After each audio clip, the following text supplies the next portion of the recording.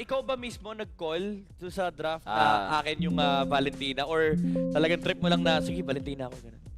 Si coach po kasi kaka-counter rin namin yung para miss sa Louie. So flex pick pala siya all along para siya. Huwag ka mag-alala sa atin lang to, hindi lang tayo naiintindihan. Hindi naman nila tayo naiintindihan. Hindi ka makaka-reveal ng strat dito. Kirk, kumaiba naman. Wala to sa MLBB. May nakita kasi akong video sumisigaw ka sa bintana. Yan ang nangyayari doon. Hindi po ako yun. Hindi ba ikaw yun? Edit lang po. Ha? Sure ka, edit yun? Hindi ba ikaw yun? Ang pogi nung nandun eh. Ay. Hindi po ako yun. Hindi. Wala, ano talaga siya, Nakita mo ba yun? Pinakita mo sa akin yun eh. Sumisigaw sa bintana. Quiet lang si Solo Rank Warrior ngayon. Nagbabalik ba ang pagka-Solo Rank Warrior mo? Parang ganun kasi ang nakikita namin nitong mga nakaraan eh. Kulang pa po. Kulang pa. Kulang So, parang gutom. goal niya talagang ibalik yun. So, sige, maraming salamat Kirk ha. Congratulations, napaka-linis ng ipinakita nyo dito. Sana ay mamaya galingan nyo ulit at maraming nakatutok sa inyo mula sa Pilipinas. So, pahinga na kayo. Good luck and kita-kits sa susunod. Thank you. Bye-bye. Grabe naman yun. So goal niya talaga mag-solo rank warrior ulit. Sobrang cute ni Kurt. Parang siya yung typical estudyante na pag tinanong mo ng na question 1 + 1 = 2. Ganun lang talaga.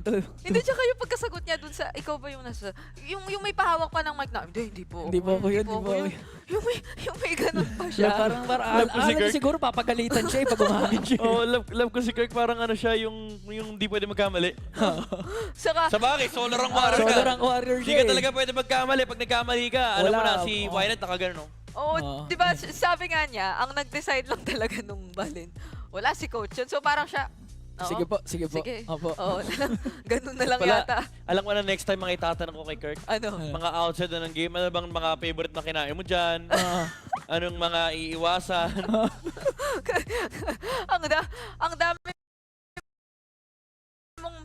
Ang dami mo pwedeng itanong sa kanya, tapos nakakatawa lagi ang mga magiging response niya. Kahit gaano pa siya well, ayun ang naman kasi sa atin sa Super Fam, no? Parang kanya-kanya sila na may mga personality talaga na nakakaaliw.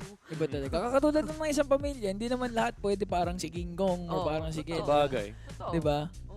Kung isipin mo, pamilya ko, puro 3 ingan. Di ko away ang hirap.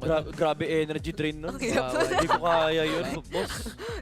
Parang nakikita ko na nga Isa pa nga lang, hirap na kayo eh. Tapos diba? 3 roamer. Ang hirap nun, boss. 3 roamer na nagsiset mag-isa. Sa bagay, yung isa XP na kasi. From XP naman eh. Flex eh. Oo nga, sa bagay. Makikita nyo na rin yun guys, kapag nag-scroll kayo, yung mga mentality. Sina King Kong, Kelra, ganon. Yung pag pinagsama mo, mababalo ka na lang, ang daming nangyayari. Pero may champion record tayo ulit kasi since Season 6 Open Finals, matagal na yun kung Open Finals ha? 2 series pa lang. Naalala ko pa yung 2 team na yun. TLID. Liquid tsaka RRQ. Grabe. Sobrang Ay, tagal. oo! Naalala ko unang nakatalo sa kanila, RRQ. RRQ. Tapos tinalo ng Aurora yung tinalo RRQ, ng Aurora yung RRQ. Naalala ko yun. Tapos tinalo ng Onyx yung Liquid. Liquid. Oo. Grabe. Open Finals guys, i-backtrack nyo po. Last year pa yan, syempre. Tapos ano pa, yung mga panahon na nasa Pilipinas pa tayo at hindi pa nga, on-site na ba yun? Wala, diba ano pa yun? Online pa yun Online eh, pa yun. Online pa yung Open Finals. Tapos Oo. Challenge Finals, on-site na. Diba? Naalala ko doon galing yung Toy Kingdom eh. Shoutout kayo sa kay Renmar yun eh. Shout kay Renmar. Mamaya nandito yun. Mamaya nakaupo yan dito guys. Maglalabas na yun. Teka lang guys, si Renmar yun ha. Si Renmar yun naman sabi ko. Okay lang, kabuhok naman eh. Kabuhok naman. Medyo similar naman. Shoutout din pala sa Antros, no, para sa mga inupuan ng players natin. Kaya sobrang comfy ni Killer on the Cloud kanina. Also, pwede kayo manalo ng $100 worth of na gift card by taking this survey na nakikita nyo. Ayan, kung gusto nyo i-type na lang esl.gg/survey, malay nyo manalo kayo ng $100 Dolyar. Oy. Of gift cards. Of Of gift gift cards. cards. Okay. Gift cards ha, baka Baka expect isipin nyo. nyo, 100 USD eh. Na in cash, liquid. Reading comprehension na. Reading comprehension. Gift cards gift cards. Pero ayan na. So sana na-check nyo lahat yun. Sana nakita nyo lahat ng mga shinare namin kasi magse-set up na kami ulit for the next match naman. So meron din tayong aabangan. Isa na namang, of course, Filipino team. Hindi tayo makawala dyan kasi nasa PH broadcast tayo. Team Falcons PH versus Team Falcons MENA up next. Kaya don't go away. We'll be right back.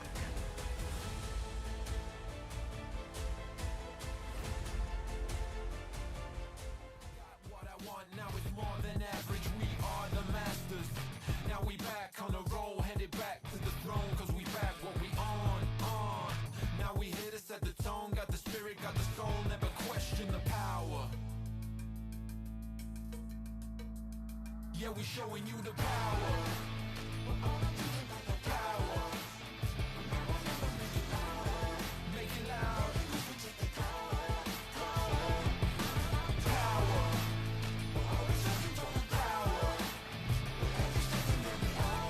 Don't waste a minute.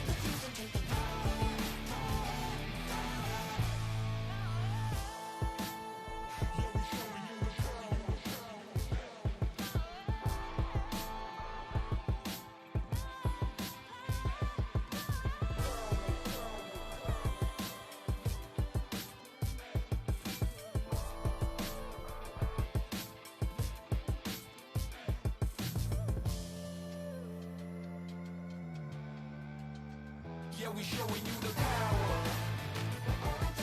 Power. Make it loud. Power. Power. Don't waste a minute. Yeah, I'm moving automatic. See the top spot, but I move right past it. You're not number one, man, you thought you had it. I got what I want, now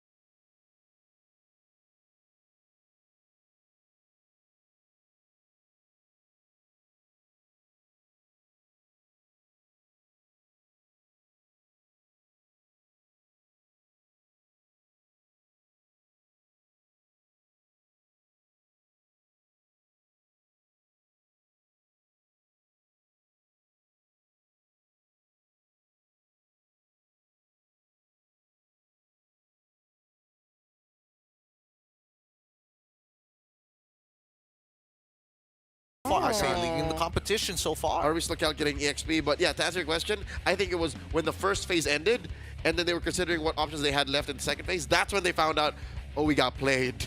Cut to Facehugger and SDL gives them Matilda. Do they realize that they're not about to have a jungler soon? Yeah. And that's why I think it was brilliant by SDL and Facehugger, right? Because technically you can't let the Matilda go for TLID to pick up either. Nope. So it was very trappy. You know, this game gives me the feeling of like when we're looking at some of the local leagues in Southeast Asia where both teams are well, not in this case, but let's say both teams are equal in their skill level. Okay. And the gold laner makes a mistake. They lose like a crap, and the game is over just because of that, which is brutal to say. Same thing here, except in the draft. Had they just locked in a jungler just a little bit earlier, maybe this could have been very different. Again, this is the Liquid Gambit. Like, they knew what was up because there was a Hayabusa ban in the first phase. Clearly, Liquid ID's coaching staff knew what was up. So, again, this is worse than yesterday's final match between RRQ and Falcons Mana because in the draft alone, you saw how the game was over. And that game, that really was in a vacuum. Literally just sucked the air out of Team Falcons Mina. I don't know whether they're doing well in some of the other streams. We'll check in just a little bit. But overall, this game was a quick finish here. Looking for the upcoming games, though. I don't know if it's going to be just this quick because our second best of 3 is the one that I think most people are going to be excited for here in Stream 8. Oh, yeah, you definitely are, Eterna. But generally, based on what we've been seeing throughout the tournament, this being one of the outliers, I think definitely a couple of games being the outliers, what are your general thoughts on Kalia now? Because even so, we're seeing that TLID, if we are taking only game 1, they waited until second phase to let it go through. Other teams might pick it up a little earlier just to play the Jushin, but is that the trigger here? For me, I think it's too early to tell. I can't observe based on the match we just saw. Okay, basically. I think that's fair. So there's not enough information. Yeah, and I don't want to kind of expand on why. Yeah. All right, that's fair. That's fair. But you guys could help us with that. Take the survey and win a $100 gift card just by taking the survey. Scan that QR code down below, and you could be earning yourself some big schbucks. Big schbucks at esl.gg/survey. And also maybe check out the esl.gg/shop because, again, they got some cool merch here. See, I'm wearing it right now. Oh, that's so cool. Oh, it's got the ESL thing. There's more on the back, but I wish I could show you, but I can't right now because I'm insecure. Look, with game number 2 on the cusp, hey, let's not dive back into trauma, all right? we already did the first one. The Singaporeans already took the hit. They don't need to take any more. Game number 2 is going to be coming up real shortly. I heard from the other streams that their games have been pretty fast as well. This might just be a fast day until game number 2, and we're waiting on the interview actually coming up from TLID's side because, again, I do want to hear their opinions after having to take on powerhouses yesterday. Coming in, this has to be a confidence boost. And I'm also wondering what they think about the Kalia now because still, I haven't really made up my mind about this hero. Yeah, no, yesterday we talked to Willie and he said, Coach said, pick Jawhead, it's OP. Where did this come from? You know, like at such a clutch time as well, given that Jawhead was banned here both times. I want to hear about their thoughts. Yeah, this is less about the intricacies of the game because I think this was a more match kind of situation. Like I want to talk to Liquid about their emotions. Their emotions. It's the mental game. Yeah. 90% of the competitive scene is once you've reached that mechanical level because of the way the game is designed, it's all mental. So many teams already have sports psychologists, for an example. That's true. Onyx had one. Had? I think had. I don't think I have a new one. Has still. They have still? What? No, because they had, and then remember when they dipped in performance after their 4P? That's when they didn't have one anymore. So they need one. Most teams at the top need one. Yeah, they do. Those who don't, man, gotta look for, hey, resumes. Start sending them out. LinkedIn, I'm pretty sure they're looking for some at some point, right? That's such a fun job. Can you imagine? Yeah. Being a player psychologist. I'd be a terrible one. Basically sit down and say, What did you do wrong? I'm not qualified. Cut to me. Do better. Next. Oh, with that being said, though, looks like our interview is going to be happening in just a little bit. Let's have a look at the standings first. Group A currently on top. Still, it's still going to be OP, and then followed by TLID now taking the lead here in second place. BTR, hey, finishing with the 2 as we saw earlier, and shooting them up into third place, but tied with Papara Supermassive, which they just played against. After that, it's going to be IR, and then finally YBG. So the groups are starting to shape up. We're getting a pretty decent idea who's moving on. Yeah, glad to see that BTR is coming up to most of our expectations, but I'm still not as confident given that Papara Supermassive is still at 4th, and they Yeah. played less or lost less compared to BTR. How Like, what are Bigatron's next matches? Because I think that would be a lot more telling to where they're gonna be. actually Have they taken down Onyx PH? Yeah, that's another thing. I can actually pull this up for you right about now. nice. Bigatron's matches that they haven't played against is they haven't played against OP. They haven't played against wait, no, they've already played against Info. Wait, YBG. YBG is the other team. So two teams that they haven't played against just yet to have an opportunity, and they need to win 2-0. The OP one is the That's a tough one. Wait, wasn't the YBG one the one that Bigatron Understatement. went 2-0? They swept them now, they swept them now. Yeah. so it's So- OP. Yeah. Am I wrong on this one? Wait, if No, they swept the Papara Supermassive. Oh, yeah. So they're Oh. waiting against YBG. Okay, okay, And okay, then okay. OP. Yes, yes. Well, with that being said, it looks like we have our boy on the line. I'm excited for this one. The Ghost of Jakarta himself finally made manifest. TLID's very own mid laner on the line. Hello, Hayahaskill. How are you doing? Hello. Hello, Yahaskiel. It's good to see you. It's good to see you. Tell us, how are you guys feeling, especially after, getting a clean sweep against Influence Rage today. But yesterday, you guys, again, 50% win rate overall. What are you guys looking for the future? How are you feeling now? We are feeling good right now because we can bounce back from yesterday game. And for the future, I think we just do the best lah. Just do the best. Okay. Do the best, do the best. Now, Yes, Gil, I have a question Go for ahead. you. Yes. We know your Eve is very strong. You play a very good low Yi. I'm a big fan of you ever since M6. Why are you you. playing more frontline mages, bro? Why are you playing Zushin a lot these days? Because I like Zuxin more than like Eevee, like Loi. what makes you like Jushin more? Because that hero so aggressive. Ah. I like aggressive hero. A change of Interesting. pace for Syndrome. It is a change of pace, and not to mention that Loi's been banned a bunch of times. Haskill, we heard from Fabian that he says TLID now compared to when they were at their quote-unquote peak in M6, now just a little bit less. Do you agree with that? Do you guys think that you could grow even more? Are you at your peak yet? And is there higher heights to achieve? Yeah, I agree with Fabian. So what happened then would be the question, I think. Maybe a lot of the people are thinking. What happened to TLID? Why did we see a dip in performance?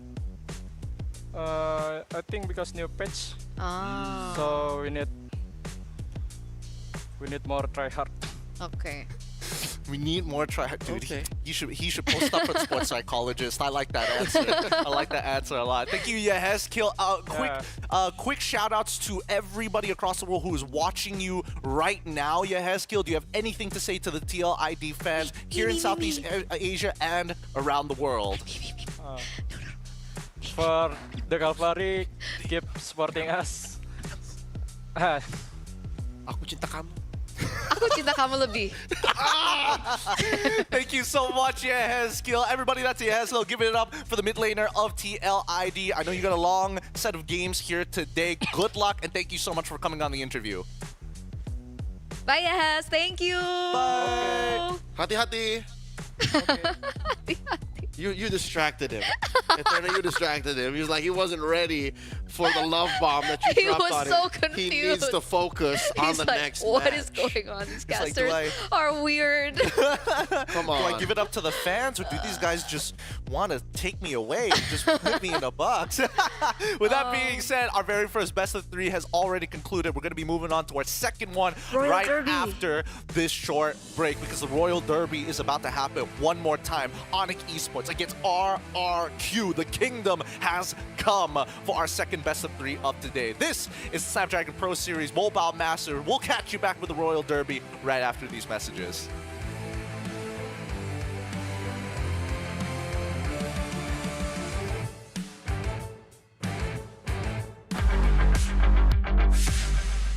Hello guys, ako si Kyrie Rice del Sol. Ako ang jungler ng Team Onyx Esports. Ngayong araw tuturuan ko kayo paano mag-jungler patting at mag-gank. Okay guys, pipili natin hero ngayon si Nolan dahil isa siya sa mga pinakamatuloy na mag-farm na jungler ngayong meta. So red 3, ito yung emblem natin. Okay, dito start tayo level 1 in a blue buff. So start tayo ng blue buff. Pagkatapos ng blue buff guys, start agad tayo sa red buff. Muna diretso tayo sa red. Kailangan mo natin pagpa-level 4 guys para makagang tayo sa gold lane. Okay, level 3 na. Kunin muna natin to. Pagkatapos naman nito, dito Wanderer. Pag ganito guys, low na yung kalaban, pwede agad kayo dumiretso. Tulad yan. Kapag offside sila, kahit di na kayo mag-level 4, basta kung feel nyo na makakagang kayo, pwede nyo agad sila patayin. Tapos kapag wala namang roam yung kalaban, pwede kayong magabang dito guys. Abangan nyo yung gold lane ng kalaban. Kung tingin nyo mapapatay nyo, pwede nyo abangan. Tulad ganito.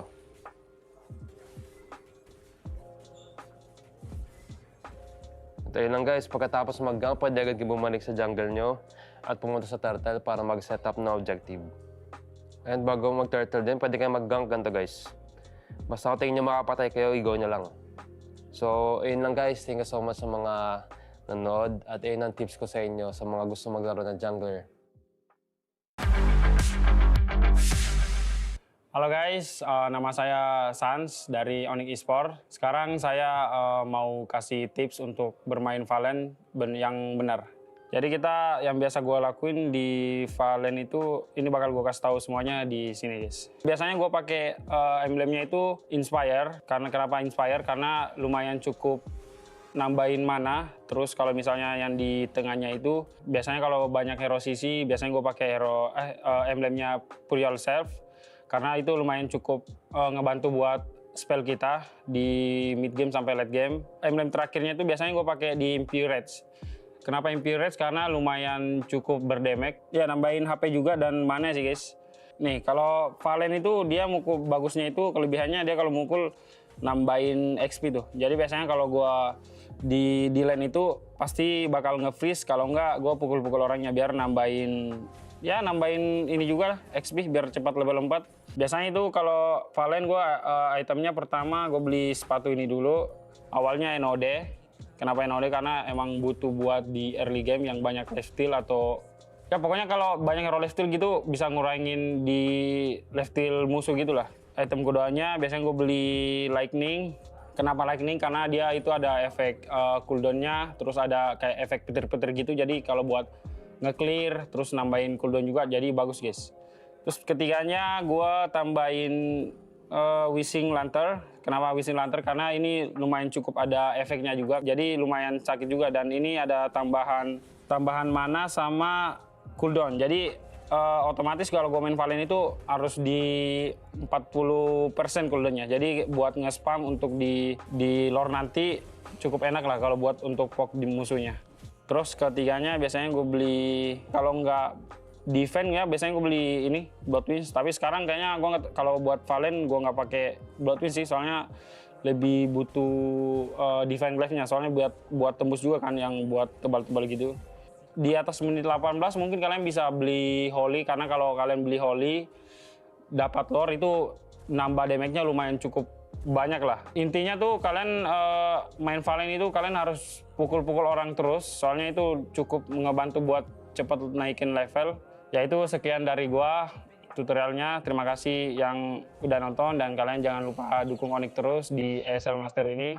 Dan buat Sonic ya kita pasti kasih yang terbaik guys.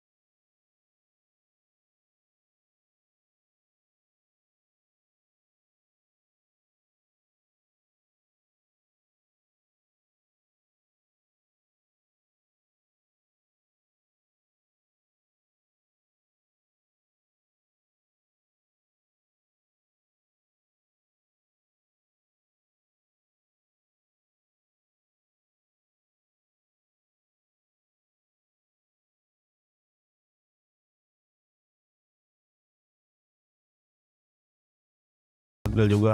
Jadi ya lebih enak Swift sih sebenarnya. Tapi ya udahlah, kita coba Swift aja lah. Ya paling kalau buat level 1 yang gini kita ambil skill 2 ya. Karena biar cepet farmingnya. Terus biasanya kalau gua sendiri start mana buffnya sebenarnya tergantung turtle. Kalau misalnya turtle-nya di bawah ya udah gue start bawah. Kalau turtle start atas, gue di atas. Terus kalau farming, kalau dari gue sendiri sih langsung retry aja sih biar cepet aja. Terus juga main Suyo gini, skill 2-nya bisa di hold, bisa di tap juga. Jadi bebas. Habis merah gini ya ke biru aja sih. Kayak farming biasa aja sih. Ya terus kalau misalnya udah 2 buff gini ya kalian habisin jungle-jungle kecil aja. Terus kalau misalnya ada kutu ini Lito, ambil aja. Terus ada orang ya udah kita kill. Terus kalau masih menit 1 gini mungkin ya farming doang sih. Kalau misalnya ada orang yang buat di-gank kayak di XP lane, kalau nggak di gold lane gitu, mungkin ya bisa digas. Cuma tergantung pattern kalian. Kalau misalnya pattern kalian ke atas ya udah ke atas aja gitu. Jadi nggak usah mondar-mandir. Terus juga jangan lupa kalau misalnya ada jungle musuh, kalian coba invite aja sih. Biar lumayan kan XP sama gold.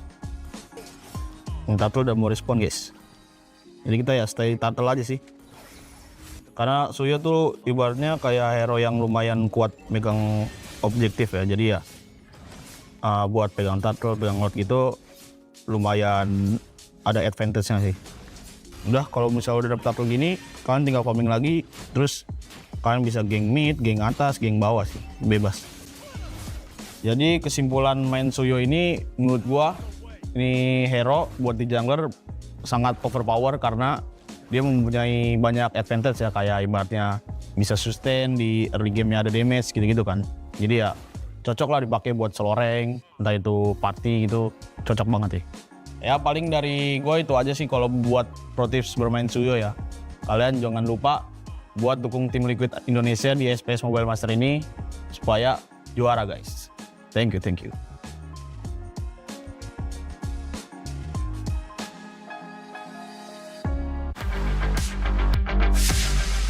Halo guys, gue Sutsujin dari Arati Hoshi sebagai jungler. Gue sekarang bakalan bagi tips ke kalian cara main Hayabusa. Oke guys, sekarang kalian bisa nentuin startnya dari mana itu lihat turtle-nya guys. Kalau turtle-nya di atas, biasanya gue start atas biar nanti bisa turtle-nya gampang. Kalian start biru pun kalian bisa rotasi ke gold lane juga nantinya biar bisa bantu gold kalian. Nah pas start jungle gini kalian bisa suruh roamer kalian buat bantuin jungle biar lebih cepat rotasi. Kalau enggak midnya kalian bisa suruh freeze hero di mid kalau nggak mau bantu jungle. Pokoknya Haya harus 2 buff dulu guys biar bisa biar bisa ganking enak, nyari level 4 biar bisa ada ulti ya. Nah kayak gini guys, kalian bisa suruh tim kalian kayak aduin aja terus nanti kalian datang geng. Sambil scroll map juga kalian bisa lihat limit. Kalau posisinya kemajuan gini bisa kalian bunuh guys. Jangan lupa skill 2-nya harus kena ya guys. Biar makin sakit. Di menit 2 turtle ya guys.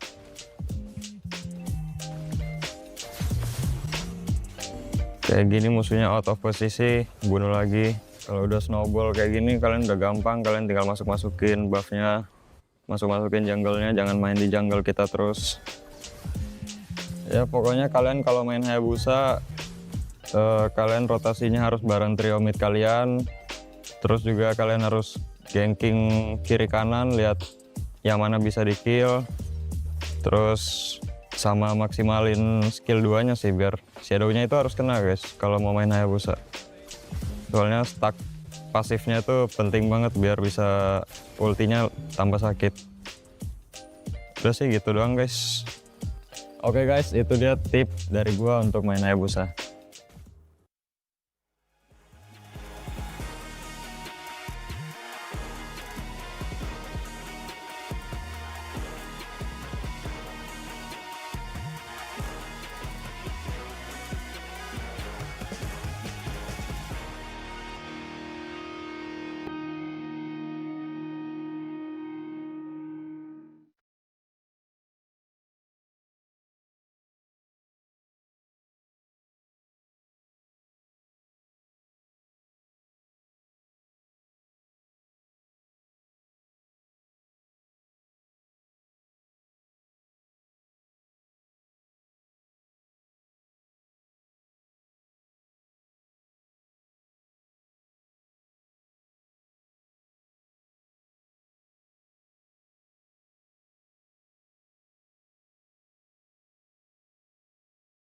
The Snapdragon Pro Series is brought to you by Snapdragon Elite Gaming and DHL.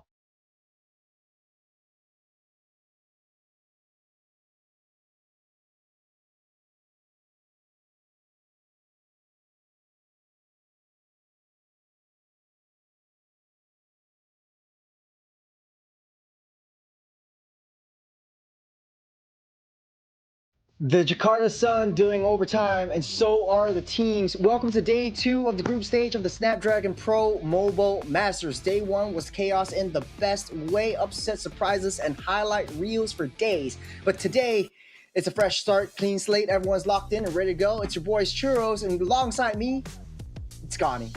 Bringing you all the action from Stream C. It's Gani, the Gonsters. If you missed this in the first series, Onyx PH gave us a dominant victory over Papara Supermassive from Turkey with a 2-0 sweep. Now the second series of today, it's Turkey versus Brazil once again. Aurora versus A7. The Gonsters, tell me, how are you feeling today? I watched a bit, right, from the first match. It was a lopsided victory, I gotta say, draft-wise and execution-wise. Now, though, right, we see a Turkish team going up against a Brazilian team. I feel like it's going to be much more even. And A7 Esports, they got they got experience in an international, some of them at least. So I'm expecting them to give a challenge here for Aurora. Yeah. Honestly, though, let's break down the stats. I do agree with everything you say, but some of the viewers might not. Aurora versus Falcon yesterday, 0-2. Lost to Falcon with a clean sweep. Aurora versus Falcon's Mena, that's a 2-0 in favor of Aurora, so 1 win for them. A7 versus Onyx ID, that's 0-2. Lost to Onyx ID. My second wallet, Palawan Pay. Maaasahan. Anytime, anywhere. Download na!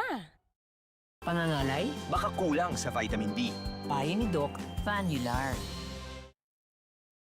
Kaltizi, Few, Ogun, and Super Marco. They have been across, or rather they have been in the international scenes for the longest time ever. And let's be honest here, this is a roster that has been showing us what they are capable of in the national scene. Finished 4th in SPS Season 6, but they are definitely hungry for even more, especially here in Mobile Masters. Hey. Don't put out accusations, man. Don't say that they're hungry. I'm pretty sure Snapdragon has been feeding them well, all right? We have our hospitality team. Not bad. Look at them, they're having good meals. But now we gotta look at Falcons Mena. What is their lineup gonna consist of? This is gonna be the first game where we will cast for it. It's Orange Bob, 25. Leave me, Sensei, Burrow, and Koba. Very interesting names here, but if I was the boss of Falcons, and I'd be like, yo, Falcons Mena, if you're able to beat Falcons Philippines, then that's great, you know? Honestly, I think that they definitely have a very good idea, at least for Falcons Mena, right? What they are going up against, or rather who they are going up against. I'm pretty sure that they have got some like good amount of scrims, and perhaps even, you know, under organization, right? You want to help one another. I'm pretty sure that the Falcons Mena, they would even know what Falcons PH would want to do at certain points in time, and this would probably create quite a strong rivalry, being a intra organization battle. You're having quite high hopes here, thinking that they're gonna have a rivalry. I'm not as hopeful. I predicted 2-1 in the first series yesterday. So. Oh really? Oh, I predicted 2-1 as well. For this one, I'm pretty sure I voted for 2-0, but I really want to see what Falcons Mena has up their sleeve, because so far they haven't won a single match. And here's the thing, if today they start picking up, if today they start winning more battles, they need to change their IGN. Because as a caster, we know this. The name is important, bro. It is. For us to sell you on TikTok, on Twitter/X, you know, you gotta have that name that when you shout, it's like, brr! But that's like a Orange Bob 25. It's like, you gotta change it up. Orange Bob 25 sounds like Noob Master 69, you know? Let's be honest. nothing. Okay, out of every weird names that I ever casted in my life or seen in my life, there's only one name that will fly, and that name is ha ha ha ha ha ha ha. Oh, I have one, which is Big Black Clock. All right, I remember. I don't cast that one. It's mostly on Mirko. I'm pretty glad I'm not doing that. Knowing myself, knowing you, I'm not gonna behave. I'm not gonna behave. But yeah, we gotta talk about this one. Falcons PH going up against Falcons Mena. I'm pretty sure, like you said, they probably scrim, so they have a rough idea how the draft is gonna look like. But this is one of those things. Just because you know what's gonna happen doesn't mean that you can prevent it. Doesn't mean that you can do anything about it. If they can, props to them. Great. But you know, like sometimes, if a meteor comes down on Earth, you know it's gonna happen, but what are you gonna do? Yeah, I mean, like, what, hide yourself in the bomb shelter? Nah. You gotta have a media shelter at a point in time, and I don't think that you will even be able to do anything about it. So, honestly, Falcons Mina, at this point in time, all we gotta have is respect for them and hope that they will be able to do something about it and perhaps even learn something about it. That is probably gonna be one of the most important elements coming into Mobile Masters. And do remember that this is still the round robins. It is day 2 after all. We're starting to see which are the teams that will be making their way to the playoffs just because, you know, they're just getting clean sweeps all across the board. And remind me, Falcons PH, how well have they been doing thus far, actually? I believe they lost once. They definitely lost against Onyx Indo, 2-1. Yeah, so they have lost, but it is against Onyx Indo. I believe game 1 and game 2, it went the distance. It's like 17, 18 minutes and then over 20 minutes. But the final game, Onyx ID ended it pretty fast, like 12-ish minutes. So they are prone to getting snowballed as well. So with that being said, chat, you guys can let us know, who do you guys think is going to win? Is it Falcons or Falcons? Knowing the chat, they'll probably troll us. I'm reading it right now, and they're all just saying names that we should not be saying. But you know, they can. No one is gonna argue with chat. Although I'm pretty sure that it will be a win from Falcons though, because Falcons is pretty strong against Falcons. So at one point in time, Falcons is just unable to do anything against Falcons at certain specific times. Shout out to our moderator. No. Shout out moderator. They made a poll saying who is winning this BO3, and both options are Falcons. Okay, that's a good troll. You know what? Shout out to the admin who are for making that poll. You're amazing. You're amazing. Man, absolutely lovely. Man, how is that gonna work out? Okay, you know what? I'm gonna vote the one on top. Okay, that's 94%. I'm the one with the 90th percentile. I'm one of the better ones, you know, as compared to the 6%. 6%. Maybe I should have chosen the bottom one. Distance lost brutally against Onyx ID, but that's Onyx ID, you know. Would that would it really be called brutally? Is it really that brutal? The third game ended around 12-ish minutes. Maybe that was the game that this person is referring to. Huh. Third game. Okay. At least there is... Okay, you know, third game, I wouldn't really call that as brutal. Hold on, let me see. But what was the draft? The draft that Onyx ID won in 12 minutes and 40 seconds was Hanzo Head, Sicilian, Fovius, and Care. Honestly, a very strong lineup. Just yeah. They got Fovius.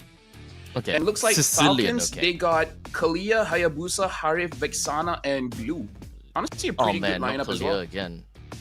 Yeah, I mean, as long as you say that there's a Kalia in the losing team, that just does not help with our agenda at this point in time, dude, man.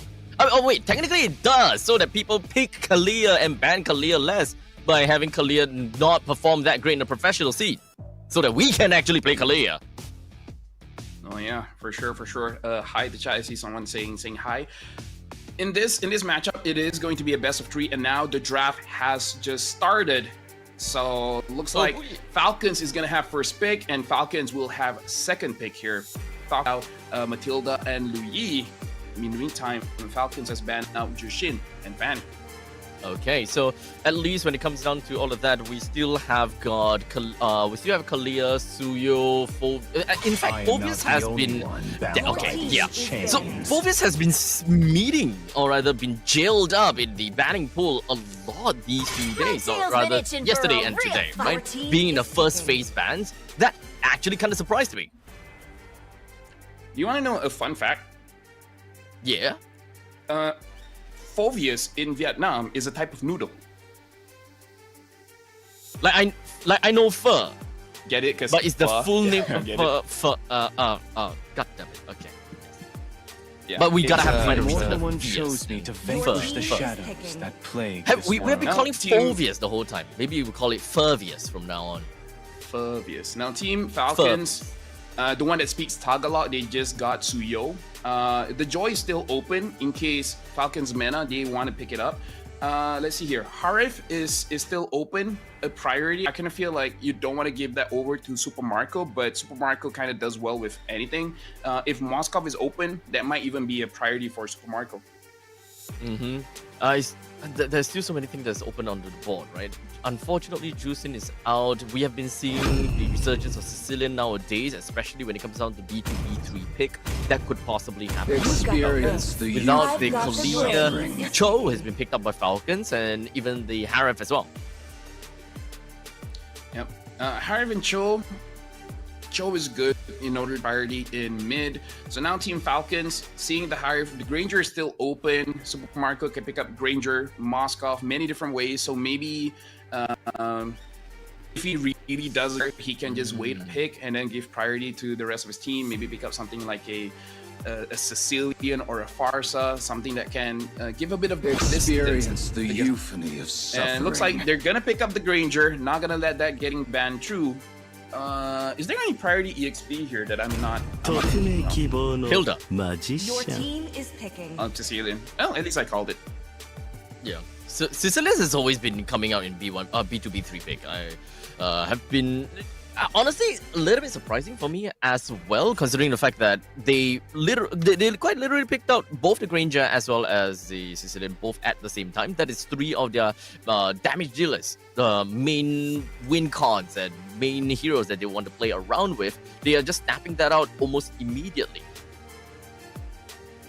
So right now for Team Falcons Mena, I feel like what there is range because Suyo, Sicilian, and the Granger, they all can poke from afar. So either have some kind of range or you gotta dive in. It looks like they want to dive in. So Falcons Mena, they're fighting, like trying to fight the opposite way of Falcons, where Falcons is trying to kite, Falcons is trying to dive. You get it? Yeah.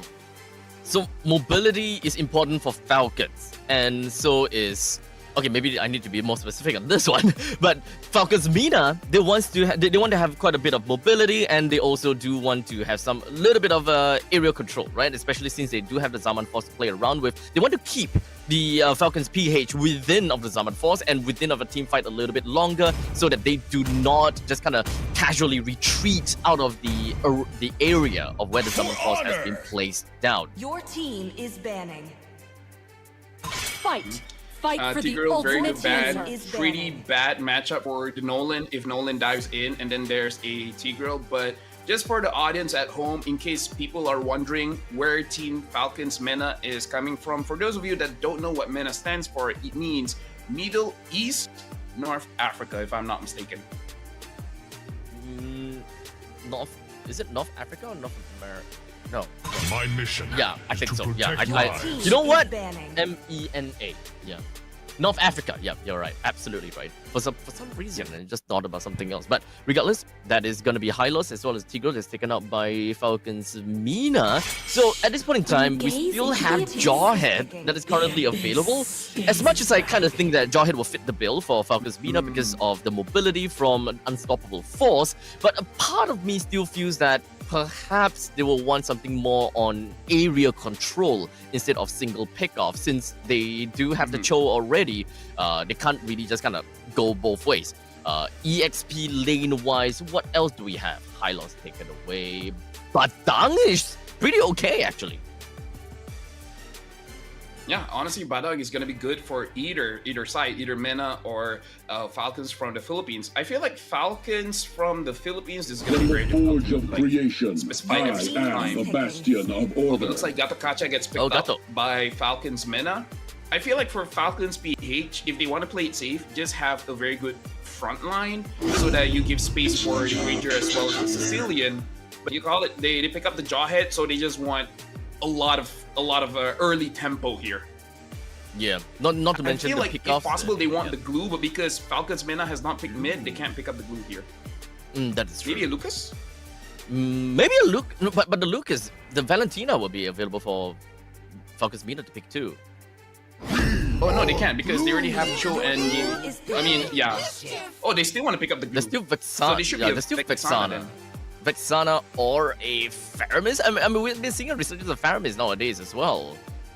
So Faramis or Vexana in the middle lane sounds good, unless this is like an all-out bait from Falcons PH to be like, yeah, you know what? We're not afraid of either of these two heroes. Pick it up. Honestly, Vexana is good because it's good against the Jawhead as well. Whenever the Jawhead tries to engage, as long as there's no flicker or unstoppable force, you can stop with your claw. You know, just use your first skill and then stop the engage. Yeah, there is a lingering hitbox from the Terrify as well. So, and Internal Guard also keeps people within the Zaman Force as well. So actually, you know what? I'm with you on that one. Vexana sounds really good.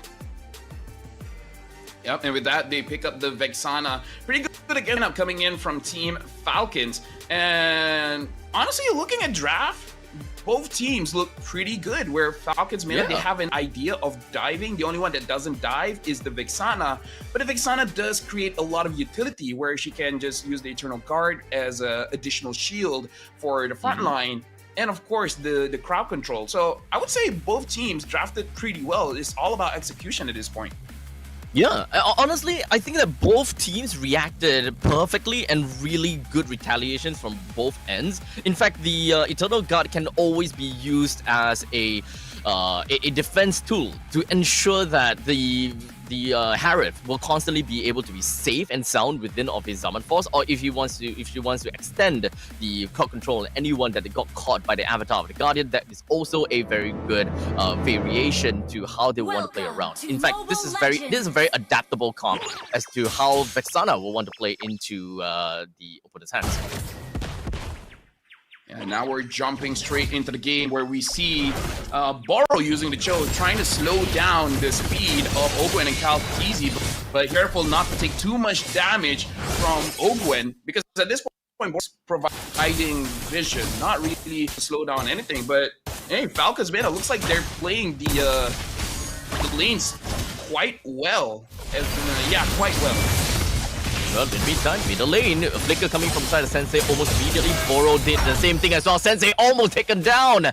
But unfortunately, it doesn't seem like it is a retribution that can burn just yet. So, unfortunately, Vexana walks away scot-free. But that is the first blood in the hands of Kalkizi. But that's not all. Leave Me joins himself right in the middle, and Ogun flicks away just before anything goes bad.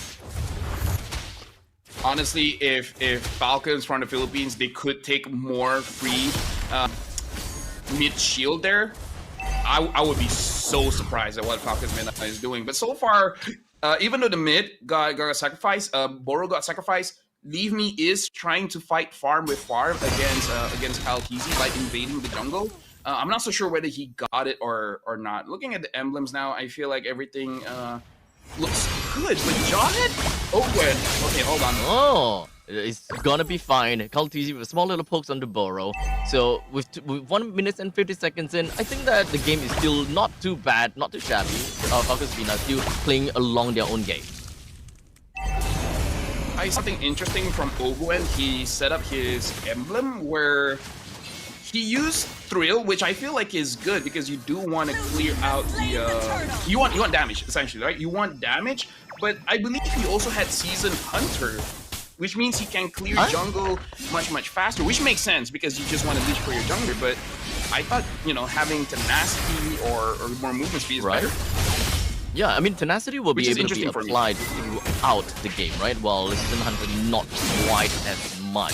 But we'll see how that eventually goes. But I do like the thrill being picked up by Ogun. It directly counters against Boro, especially as a Cho. You want to kind of tag onto the opponents, right? You want to constantly be giving away information. And just from the fact that the smart missiles plus the thrill just deals so much base damage, the Cho can't even get close anymore. Yeah, this is going to be rough for Boro for sure. Every single time he wants to engage, he will get punished. But yeah, I haven't played a lot of Jawhead Rome, so maybe Season Hunter is the correct emblem set. And if this is something new that Ogun is trying, we do have to look at it. If this will be the meta moving forward. Team Falcon's meta for now haven't had any advantage so far with Leave Me on that Nolan. So it looks like they just want to fight for the turtle, but I'm not so sure, like, can they actually get an advantage there? Leave Me tries to engage. It looks like he's going to get punished. Ogun gets a kill, and Ogun gets kicked by Boro, but Boro is able to kill there. Unable to escape, but has to use the flicker, try to run away from Kyle Teasy. Flap is there from behind, and Flap will secure the kill. That's good. Now 3-1, and throughout the entire battle, it does seem. Oh wait, hold on a second. Koba seems like he's not gonna stay alive from the hands of Super Marco. In fact, there's so many battles going all across the board. Team Falcons from PH is the one that ultimately got most of that trade right. I mean, they almost have 3,000 gold here, and now Ogwen wants to engage on to Leave Me. They really want to make sure that they're choking out from the farm. And now Team Falcons with 3,000 gold lead, they should be able to secure this turtle very, very safely. And Team Falcons meta at this point, the way that they're moving, it's not like they're trying to win. They're just trying not to lose. For Team Falcons PH, it feels as though they are constantly just trying to get themselves a little bit of a pacing advantage, right? Pacing priority. They probably understand that the Nolan really will be a problem in the early stages of the game, given the fact that he's got great mobility and is constantly being able to be on par, if not faster than a Suyo in most of these ganking scenarios. As such, that is probably the reason why Ogun have decided to go for Season Hunter, just so that he will be able to help the Kaltizi go faster. Looks like Ogwen tried to catch Koba, unable to do so. So Team Falcons, they had the intention to start a fight.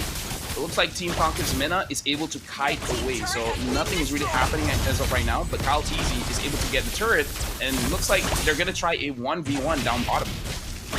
You're just gonna be slow but steady kind of race from the side of Falcon PH. At least it is gonna be a pretty decent push all the way in. In fact, that is gonna be yet another lane of creeps that are just gonna be knocking down to the bottom. Should be able to take a half of the HP down, but in the meantime, Avatar the Guardian just gonna be connecting down right down, and there's an insane amount of crowd control going on over to the side of Team Falcons PH. Flapteezy, unfortunately, will not be able to stay alive, but Boro hoping that he will be able to kind of sidestep all of these bad impacts, but he still went down. It is a 2-for-2 trade.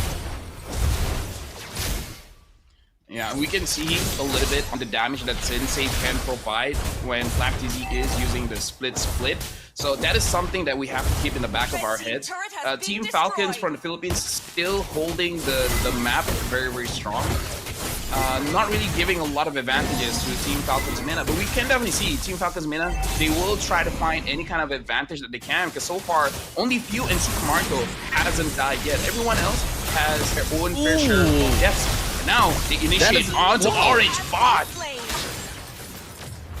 Crazy stuff. I mean, you can definitely see the Few as well as an Ogun. These two paired combination, the throw, the force injector plus the sanguine claws is just absolutely perfect, allowing them to get a very quick kill onto Orange Bob before he even be able to remotely do anything when it comes down to the Avatar Guardian.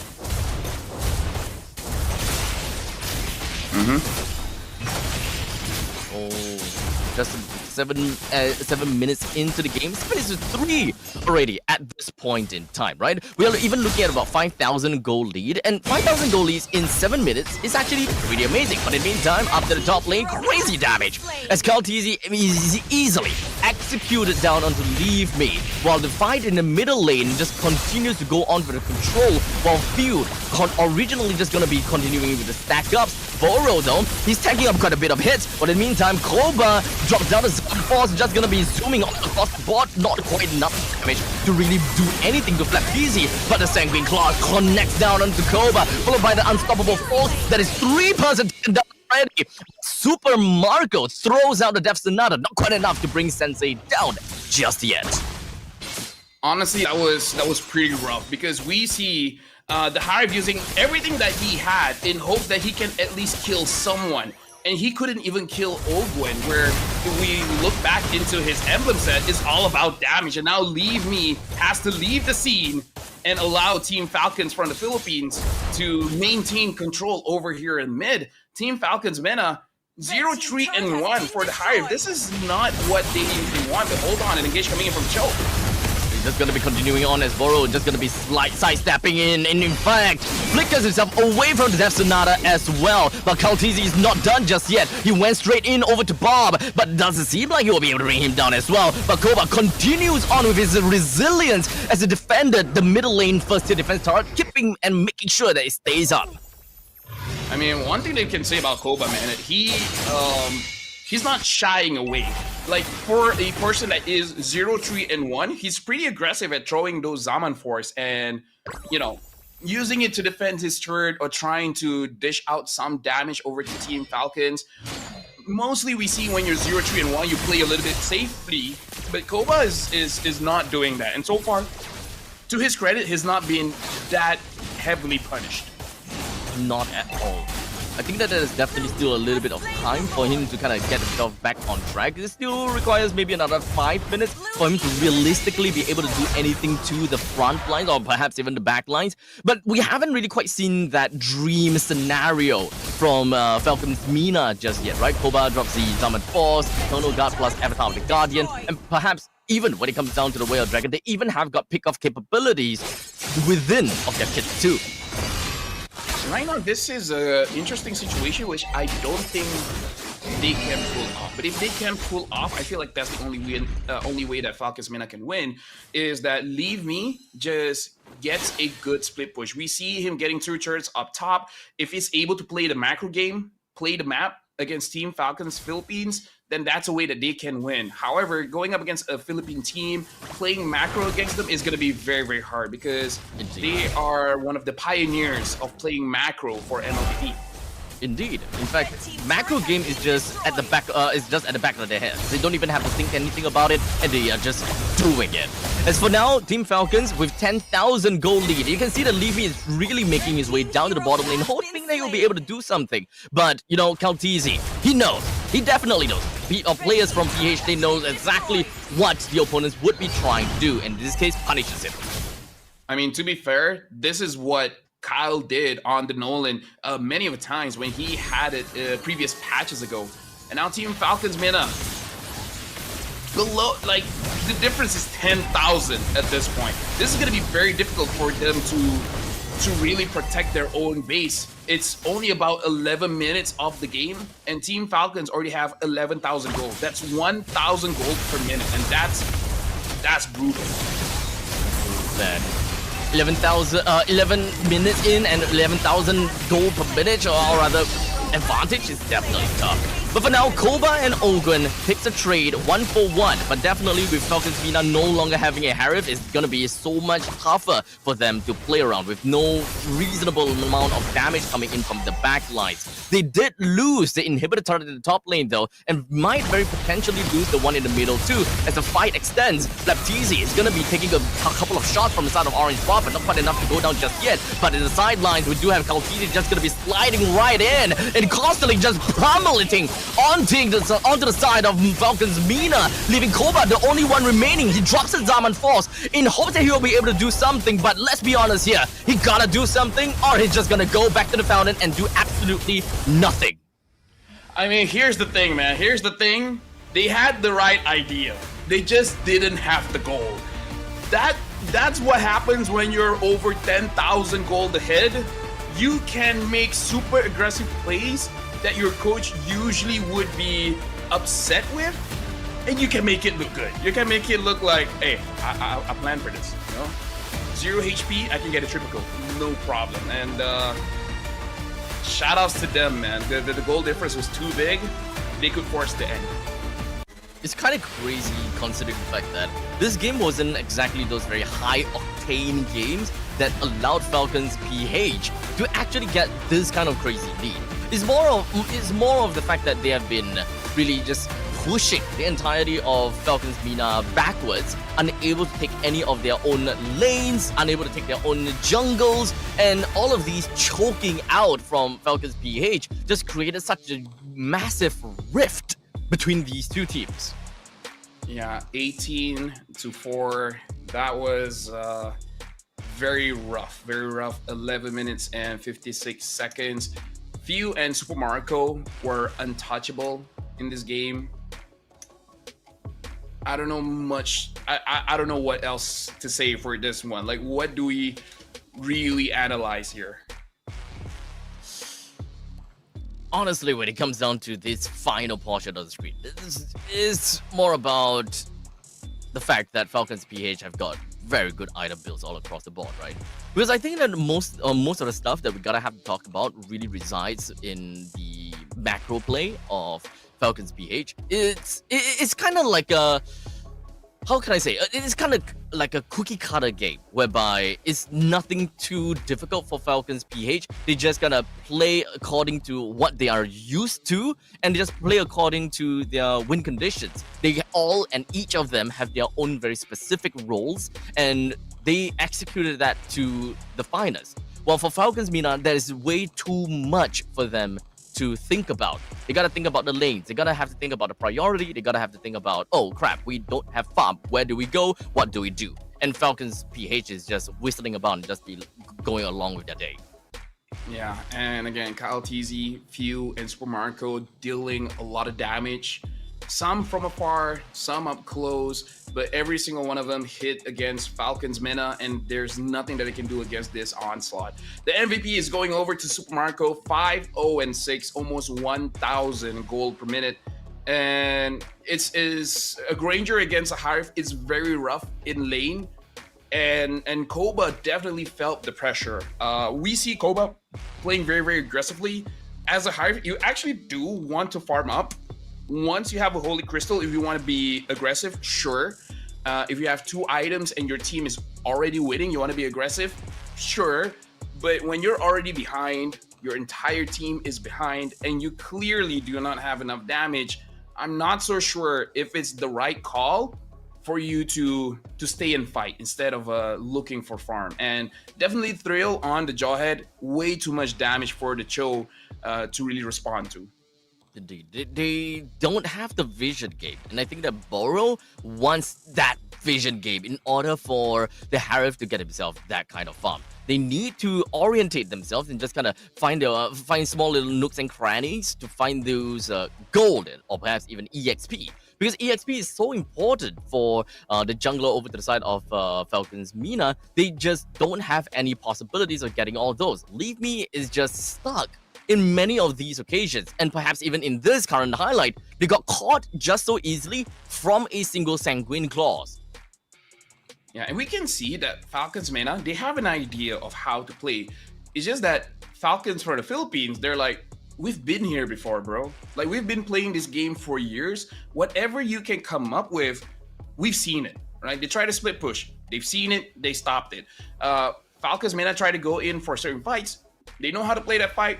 Kite back, wait for their skills to come off, and then go back in. So this is really about Team Falcons Philippines playing much more games compared to, at least I assume, much more games compared to Falcons Mina, so that honestly in this game, they don't look surprised at any point of the game. They're just like, oh yeah, this happened last Thursday. We know how to deal with this.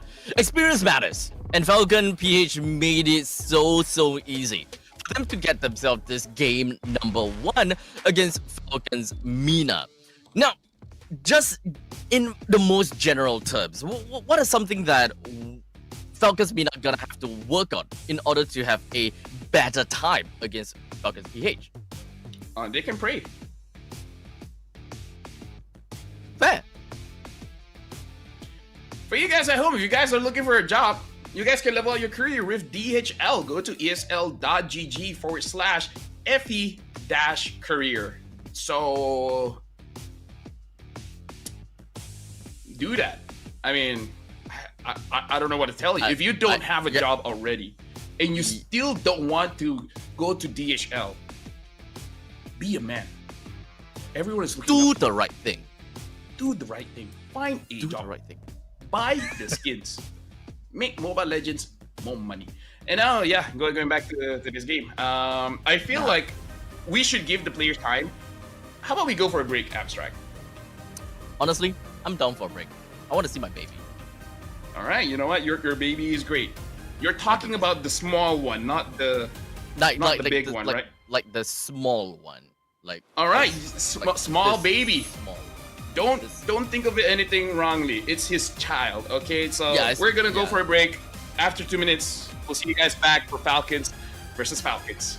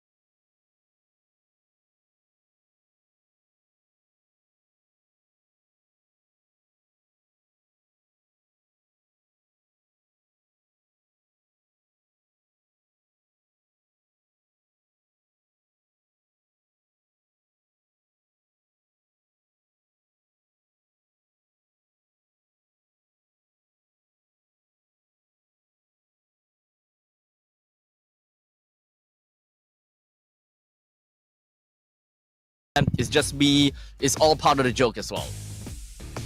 Yeah. Because I really live by don't let them know your next move. Skibbity. And now jumping into game number 2, you can see Flap being very confident, very comfortable, very demure. He's pretty ready for this one. I mean, as Falcons PH, I would be comfortable. But as Falcons MENA, I wouldn't be. But as Falcons CEO, I'm like, how do I feel? Look, if you're Falcons CEO, what would you say to Falcons PH? And what would you say to Falcons MENA?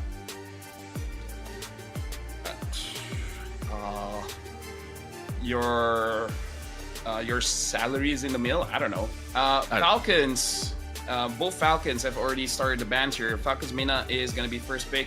Falcons Philippines is gonna be second pick. And looks like Falcons MENA betting out these assassins, betting out Fanny, betting out Joy, and Falcons PH betting out the Kalia as well as the Matilda.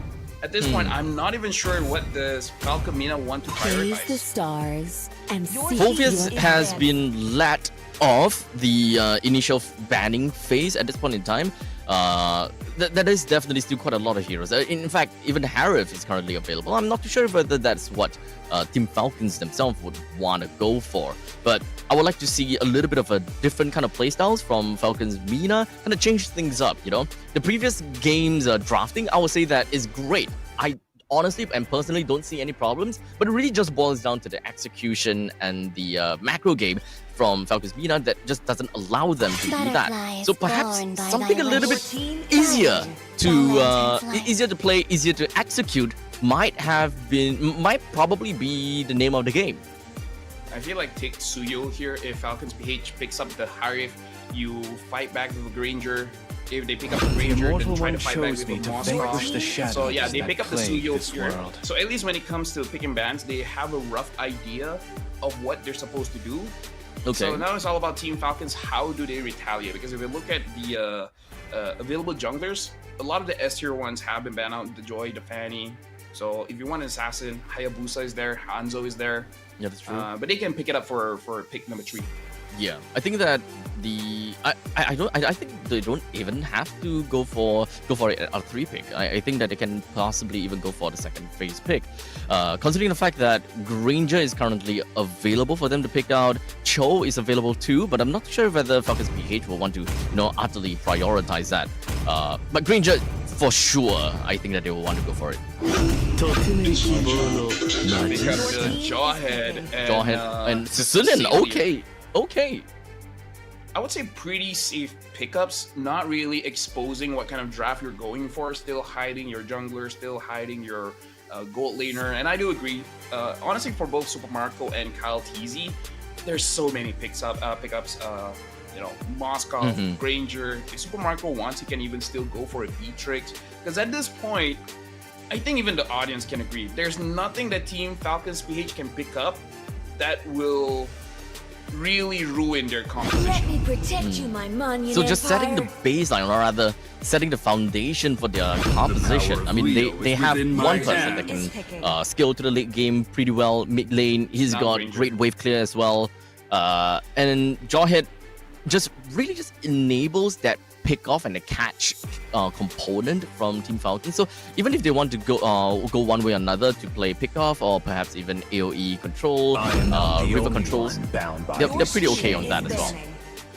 Yeah, looks like they're picking up the Phoveus, which looking at the dashes coming in from Falcons MENA, it's gonna be easy for him to proc the Evil Eye. So Falcons from the Philippines, again, like we said, they're just setting up their draft and then making their payoff show up a little bit later, because Falcons MENA, there's so many heroes that they have to ban. So now they're banning out the Hanzo. They might consider banning out the Hayabusa, or consider banning out the Granger. Either or, there's a lot of problems that Falcons PH can show to Falcons MENA. Right, so Glue is gonna be going out for the ban. Okay, so talking about Falcons MENA, they went for a Harif pick, while the Granger is currently available as well. Usually when you are looking at a Harif pick, you kind of want to play AoE, right? You want to go for aerial denial and so on and so forth, while Phoveus is currently still available on the board for Team Falcons PH to pick up. I think that is kind of that is setting themselves in a very tough spot for the Harif to play, that is, because I mean, Phoveus going up against the Harif. That is definitely not something that any Harif player wants. And let's not forget, the jungler as well as the gold laner from the side of Team Falcons have yet to be picked. So we can always look for an assassin that can deal with a Harif pretty well. And in the meantime, pick up a gold laner that lanes against the Harif beautifully too. Victory is in sight. I was gonna say Moskov, so yeah, they insta pick that Moskov, because it's honestly one of Super Marco's, I would say, comfort, and I feel like he's using this opportunity to brush up on his Moskov mechanics. And yeah, in this game, Falcon Mina, they can put the Barang in roam and perhaps put in the CC to fight against the Phoveus. But at that point, your lineup really isn't all that tanky, and you're just trying to fight fire with fire. You're trying to out damage Falcon's PH. Yeah, I think maybe just stick to the status quo. Not to be overly adaptable, or rather not think too much. Just keep the Badang in the EXP lane is fine. They haven't yet picked up any mid laner just yet, as well as their roamer. So as long as they're able to clear waves fast enough, I think they're pretty okay. So now they pick up the Gatot. At this point, I like the Gatot. I would prefer the Gatot to be roam, because I feel like Gatot roam deals with the Jawhead. Actually, no, the Jawhead deals quite well against Gatot roam. Honestly, I'm not so sure which one is better as a roamer here. But Novaria in mid, it makes sense if you can stall out the game. But watching game number 1, I don't know if they can do it. Now Kyle TZ picking up the Lucas in the jungle, probably gonna be a War Axe Hunter Strike kind of build to make sure that they clean this up fast. Now, at least if we are in the discussion about which roamer would be better, the Gatot or the Badang, I would think that Badang might be a little bit too comical if they really want to do anything, and that means that you'll be taking up a lot of hits from the smart missiles. Well, in the meantime, Gatot is not too bad considering the fact that your that skill 1 actually slows the enemy. So at least you'll be able to slow down the pacing of the Jawhead in the event that the Jawhead is really going after you. At this point, I'm just really thinking, how can Falcon's Mina stall long enough that this Novaria will have enough of an impact? Because if someone gets caught by the Jawhead, the Novaria cannot really do much to protect that, because if you want to protect, you got to dish out damage. Novaria does have damage, but eventually, you know, not right now. Not right now, yeah. I do want to find out the exact reason of the Novaria though. I mean, vision control is definitely great. And I think that in the previous game, they wanted to play around Boro for the vision game. That's what they wanted to do. But unfortunately, because of the Jawhead, that entire strategy is completely trumped. So I totally understand, at least if that is what they want, just playing the vision game. But at this point in time, in the early mid lane, we can see that Few as well as Ogun is actually having a lot of problems dealing with both Sensei and as well as Boro. And as you say that, Sensei gets picked off. That's just the nature of casting, you know? That's just the nature of casting. Even so comical with the flicker as well. I honestly thought that he would have been able to do something. But the Blast Iron Fist though, that is something that is super underrated. At least when it comes down to first skills and all that kind of stuff. Gato Gacha clears waves so insanely fast that as a roamer, I think that there's probably going to be not a lot of problems for Team Falcons Mina to actually get river control and perhaps even influence the other lanes. Yeah, and I feel like one of the reasons for this Novaria pickup is you're trying to fight range with range, because you want to be able to deal out damage against Marco and Few from a safe distance. I would prefer a Farsa because it's just faster. But yeah, that's all I can think of. Range and, like you said, vision control. So a little bit of a utility there. We're gonna see if it does work out. Right now, it does look like Falcon's Mina are a little bit more proactive. Even though Sensei got first blooded just now, both Falcons are here around Turtle. Not too big of a deal, but in the meantime, Boro already have half HP taken down, while Leave Me had to really escape away from the Turtle's pit. Such completely zoned out, unable to do anything about the Turtle, while Team Falcons PH continues on.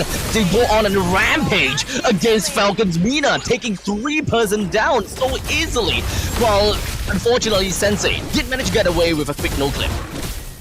Yeah, the thing is, like, at this point, Kyle is going to be looking very good. He already has 2 kills in 2 minutes. This is reminiscent of a Martis jungle before. If you have 2 kills very, very early on, you're just going to snowball out of control. Right. And in that fight just now, Falcons Mena, I feel like they just don't have that chemistry. They don't have that synergy because Orange Bob actually got a very good catch. He was able to catch Kyle Teasy inside of the fist break, and he would have had enough damage to kill if he had backup. And a quick unstoppable force plus a force ejector tosses Burrow into uncharted waters.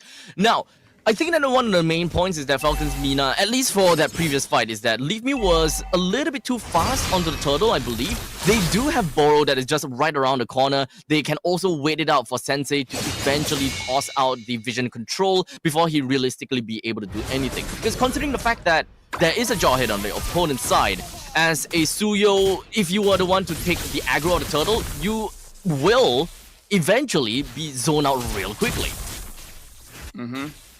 Yeah, I'm just not seeing the synergy of the draft coming in from Falcons Mena. It does seem like they're just trying to get you know, whatever is on the list, just pick it up. But the synergy is not really showing here.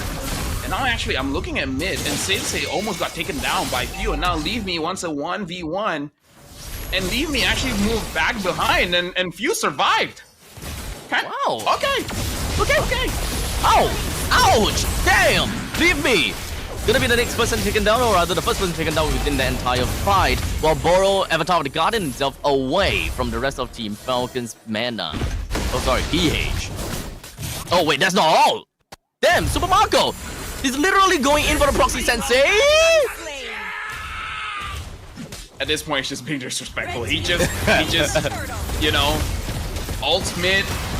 I'm just gonna go in. What are they gonna do? You're a Novaria. He's stuck. Absolutely stuck. Man. This is 5 minutes into the game. We're looking at 7 kills from the side of Team Falcons, while Team Falcons Bina haven't really gotten anything realistically. Anything at all yet. We're also looking at a 4,700 gold lead, and Falcons PH is just constantly trying to do something. At this point in time, Falcons Bina, they wanted to dive in onto Kaltizi. I won't be surprised if he's able to 1v3 here. But surprisingly, that is a shutdown in favor for Leave Me. But shortly after the death, Team Falcons continue on forward, but fortunately for Burrow, he does have an avatar to get himself away. Okay, Falcons, man, I see you. You know, they caught Kyle TZ slipping. It's like, hey, you still gotta respect us, man. Like, you're trying to 1v3 right now. We can't fight back. It's a good thing that they did, because that 1 kill really can slow down Kyle TZ, at least enough for them to get some form back. You know, yeah. At least alleviate the pressure a little bit. To be fair, or rather, to be honest, I actually thought that at the point in time, Kaltizi may actually be able to 1v3 that, given the amount of goal lead that they have got. But perhaps it's not a lot of goal lead onto Lucas himself. At this point, he only does have a Hunter Strike. He is slowly building up onto his next item though, so don't get me wrong. It is the jungle versus jungle matchup. We are looking at 1.1 thousand gold lead on top of that. In fact, the Suyo doesn't even have his own Hunter Strike just yet. He decided to just half-build it and then going up next for the War Axe first. Yep, Orange Bob already used his Flicker to run away from Ogwen, so that's a pretty good trade from Ogwen because the Unstoppable Force is a lower cooldown compared to the Flicker. So now Falcons, they're controlling the bottom side of the map, making sure that they have an easier time for this hurdle. And Falcons Mena, personally for me, just don't lose a lot of turrets. That's it. Like, if you don't lose a lot of turrets, eventually you'll be able to scale up. But then again, you're fighting against a Cillian, so I don't know how good that advice would be, but it's something. I think the snowball game is gonna start to ramp up by now, right? This is the second turtle, as now Team Falcon is just gonna be jumping right in the face crack. Unfortunately, not able to do too much, but Orange Bob, he actually surviving for a decent amount of time, but unfortunately not for long, as now there is a complete congregation right above on the purple buff. That is an absolute dominating performance outside of Kaltizi. And from all of that, it is going to be a Falcons Mina that has been utterly collapsed. And now Super Marco wants to leave me. Try to run away from Super Marco. Marksman kills an assassin. Bunga bunga. Ay caramba. Oh boy. Unleash the Beast is such a crazy thing. And of course, when it comes to the Shockwave Blast, it's a lot of damage as well. Falcons Mina now, they have lost all of the first tier defense turret. This is where the snowball happens, right? We're only looking at a 7,000 gold lead. Mark my words, every minute we are looking at 1,000 gold lead onwards. And Team Falcons, they will do whatever it takes to continue on battles after battles. At this point in time, Flapteezy not looking good. Flickers himself away. Even Zaman Force has been dropped down. So this may actually be a small little nook and cranny or that for Team Falcons PH to kind of whittle some more damage in onto Falcons Mina. I mean, here's the thing, Falcons Mina. Yeah, I feel like given more time, Sensei and Koba can scale up. My only issue is that we see a little bit of damage coming in from Pew. And honestly, their lineup, they don't have a lot of ways to catch Pew without getting punished themselves, because they have the Lucas as well as the Phobia. So whenever the Hive wants to dive in, he won't really be able to dish out damage, because even in the fight before, I actually thought Falcons Mina could get a kill or two, but then the Hive got deleted, bro. Like, he could not move. He just stuck there. Too much crowd control from Falcons PH, I guess. Most of these Avatar of the Guardians has been used very defensively. We haven't really seen a very aggressive Avatar of the Guardian just yet. As such, a lot of these engagement is really rests on to Orange Bob. He's not around the scene just yet. He did go for the fist break for now. Not quite fist crack now. Fist crack lands on the 2. More than enough to get a kill down to Flapteezy, but Ogre flickers himself away. But Super Marco is not going to say no for long as he now joins into the fray. Brings Leave Me Down. Almost got shot down by the Astral Meteor form on the side of Sensei. I mean, say what you will. There were chances. There were opportunities. Honestly, Orange Bob got a pretty good fist break that something could have happened. You know, something could have happened, but just them being almost 10,000 behind made it so that they just didn't have enough damage or tankiness. If it was even, they could have gotten it. Well, yeah. Now Boro gets a kill down on the Ogun. That's great, but they gotta have to deal with this Lord ASAP. Super Marco is around the vicinity though, so if anyone were to be overly aggressive onto this Lord, Super Marco can punish that very, very easily. The middle lane is going to be under threat. Team Falcons PH, they are available and ready to go for any form of fight if Few is able to get a nice and green claws in. Team Falcons PH at this moment. Flap flickers in, gets Koba, deletes him from the map, and he's not done. He goes in. Orange Bob will catch him and basically kill him then and there. But Kyle's easy. He wants more. He wants Borrow. He got Borrow, and I'll Leave Me is staying inside of his base. Falcons, Philippines, they're just forcing it at this point, and Sensei is gonna be out of range, unable to get Kyle. Oh snap, super comatose from the side of Flapteezy. He went all the way in and he's still not dead throughout the entire battle. Oh boy, this is what 11,000 gold lead realistically looks like. And Falcons Mina is back at the hot seat, whereby they gotta just hang back, look for farms, and they're just stuck thinking, look, what do we do now? Do we just funnel every single gold over to Koba, hoping that he will be able to do something? But everyone is not farmed up. Honestly, personally for me, I'm already thinking what interview questions we want to ask Falcons Philippines, and I haven't come up with any interview questions based on this game just yet. Maybe I'll just ask them what they're gonna do tomorrow or something. I don't know, because at this point, this looks like, you know, pretty easy for them. And Levy got taken down. Kyle Teasy's gonna get punished. God. Is he? He ate double kill. Oh my God. This is a snowballing Lucas 1v3 not win. And now they want to continue on to Sensei. Sensei gets taken down by Super Marco. This is GG. 14,000 gold under 12 minutes.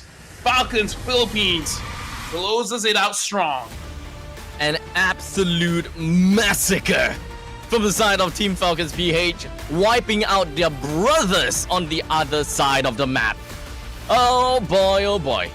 Now, Lucas is a very strong hero, and after seeing how Lucas fared with damage build, we're starting to see a resurgence of that, and we can definitely say that Lucas is a very scary, very painful fighter that can be seen in the jungle spot. Now, Let's talk about interview question right now, because I think that this is gonna be a real headache for both of us. Oh, what do we talk about? Or no, I'm just gonna keep it short, man. Like just ask very standard stuff, because at this point, look, I think how even trolly they would it don't be? know what to answer. Well, how trolly would it be? Well, when they say hi, we say hi. How are you doing? Great. That's the end of the interview. Thank you. We'll figure something out. But now we really gotta look back, and honestly, this is the nature of MLBB for a very long time. Because think of all the fighters, most of them as a jungler are very snowbally, right? You're thinking of the Martis, you're thinking of the Alpha, you're thinking of the Lucas. I'm pretty sure that there's one or two fighters that I'm not thinking of right now, but basically, like, when it comes to fighters, they just become unkillable heroes with too much damage. So and Kyle TZ usually it's just two damage items, but this one is like 3 is fine, right? I can get a Malefic Roar. Perhaps he is even going for the what could possibly be next? Honestly, at this point in time, just go for Blade of Despair. I don't think. I don't think that it can even go wrong. He do have the Queen's Wings that really give him that damage reduction. It's like completely okay. He'll be happy with whatever that he has got. In fact, Queen's Wings is more than enough for him to burst anyone down. This is something like production. If you guys can record this is going to be interesting. I wonder if 3 members of Falcon have close to 1,000 gold per minute, because I think I saw Kyle TZ having 11,000, Few having 10,000, Super Marco have 10,000. So like at least 3 members have 900 gold per minute, and I don't know, that feels like a lot of gold. Yeah, 10,059 for Few, 10,979 for Super Marco, all under 12 minutes. So, okay, Kyle TZ only 11,000, and the game is almost 12 minutes, so maybe he didn't reach, he only reached 950, but still, this is a pretty high GPM. Most of the time when I'm looking at this kind of high GPMs is mostly because of brawl-style gameplay, and that completely originates from originates from Malaysia side or the Indonesian side, because they're just they're just fighting everything, right? But for the PH and the SG scene where we focus a lot on macro, we don't necessarily see such a GPM, or rather we don't see such a gold deficit. That's funny. So Kyle TZ is the MVP, and the very first highlight that we saw was him dying. I completely forgot that he died. You know what? Shoutouts to production. Whoever was the one that did the maybe they did it, unintentionally, but that was funny. Maybe they're just like, you know what? I'm gonna put in everything that has Kyle TZ in it, and we're done. We're happy. Low lights and highlights. This is equal lights. In this game, I gotta say, Super Marco, I feel like he jumps in just cause. Like, this is one of those moments where he doesn't really have to think about it, because as a Moskov, you hit your ult and then you make this calculation in your head. Should I or should I not? In this one, he doesn't have to calculate. It's just like, there's no calculation. This is a game that they kind of play autopilot. They have way too much of a lead. They don't even have to think about anything, and there remotely isn't anything that they can do at that point in time to realistically throw the game. I don't think that even if they get a 5-man wipeout, they will just lose the game. There is way too many turrets that's available, and perhaps even in the middle lane, 2 of the outer turrets is still right there. They will lose their 2 turrets, but they will not lose an inhibitor. And you know what? Either ways, Falcons, Philippines, surprise, surprise. They look very good. They look very strong in this series. And kumbaya, I don't know. Like brothers, strong spirits. Maybe they can teach Falcons Mena where they can improve. But either way, in a competition, you don't care who you're going up against, because for you to achieve your dream, you have to crush someone else's. And that is even their own brothers in their own organization. Well, you gotta have to learn it the hard way. And that's Falcons Mina's lesson to learn. Still got quite a lot that they probably gonna have to catch up, and quite a lot that they gonna have to learn in order to catch up to their fellow brothers from the Filipino side. But ultimately, still mad respects over to them. They still made it over to the Mobile Masters. There's so many big teams that they gotta have to learn and overcome. And unfortunately, their own brothers in Falcons, they gotta have to overcome that as well. Yeah, and right now, getting a 2-0, I believe this makes their standing in the groupings much stronger. I feel like it's going to be much easier for them to make sure they get top 3, because at the end of the day, that's what they're trying to get. Just get the playoffs, and then we'll see what happens from there. So right now, we're going to jump into an interview. What are we going to do? What are we interviewing? We'll figure it out. We are looking at Few! Hey, Few. So, first of all, big congratulations for taking down Falcons Mena, but let's be real, I don't know what to ask you based on the game just now. So, I'm just gonna say, in these 2 days of you guys being here for Mobile Masters, are there any expectations for you going into playoffs? Like, are there teams that you're gonna looking forward to face in the playoffs, or are there teams where you think that they would make it, but all of a sudden here they're choking and not gonna make it? I think the team that we are looking to face in playoffs is Onyx Indonesia, because they beat us yesterday and we want to have revenge on them. Okay, cool. Follow-up question. Since we personally didn't see the match, what really happened in that game that caused the loss against Onyx ID? I think we didn't have a good game yesterday because of our execution and our draft as a team. It's not really that smooth, so Onyx Indo really punishes us. All right, cool. Punished. Okay. Now, Few, I just gotta ask, right? When it comes down to this game, do you guys, at one point in time, do you guys wanted to, let your fellow brothers in the both sides of Falcons, right? Do you guys at one point in time wanted to let them try a completely new draft or something completely new just so that they will learn something, or do you guys just want to play your own game? We just want to play our game, and heading to this match, we just have pure confidence and have some basic drafts that we do. Okay. And now, honestly, final question before we let you go, because it was very clear that Falcons Mena was not ready to face against you guys. So, from a professional player, especially you, Few, you're very veteran in the scene. What do you think Falcons Mena need to focus on so that they can improve for their next tournament? I think they need to focus on their team chemistry, because they are lacking it right now, and that's the key to being a good team, not just individually, but as a team, they need to step up. There you go. They got to step up as a team. Anything you want to say to your fans? To our fans, thank you so much for always supporting us. Win or lose, you're always there. Happy to be supporting Team Falcons. All right. Thank you very much. Thank So you. now we're going to let you go. Thank you. Bye-bye. Have fun. Have a good Bye. dinner. See you later. Phew. Well, okay, Few indeed. Oh, we got through that. I still didn't really have like a very good question about that at all. That was completely... No. It's okay. I feel like we did the interview well. We did it well. He spoke his mind about what happened yesterday against Onyx ID.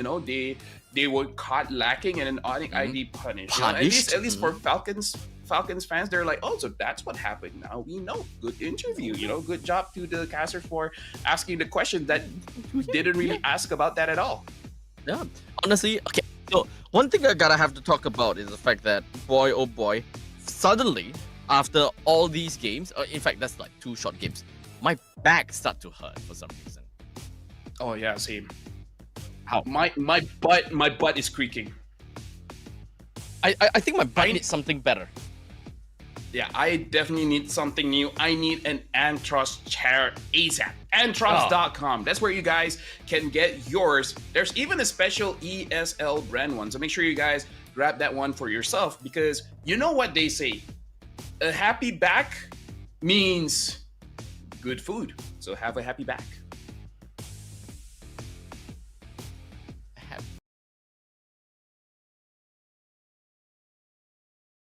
Yes. Oo nga. So, nag-gym ka ba bago ng laro o nag-gym ka pagkatapos ng laro?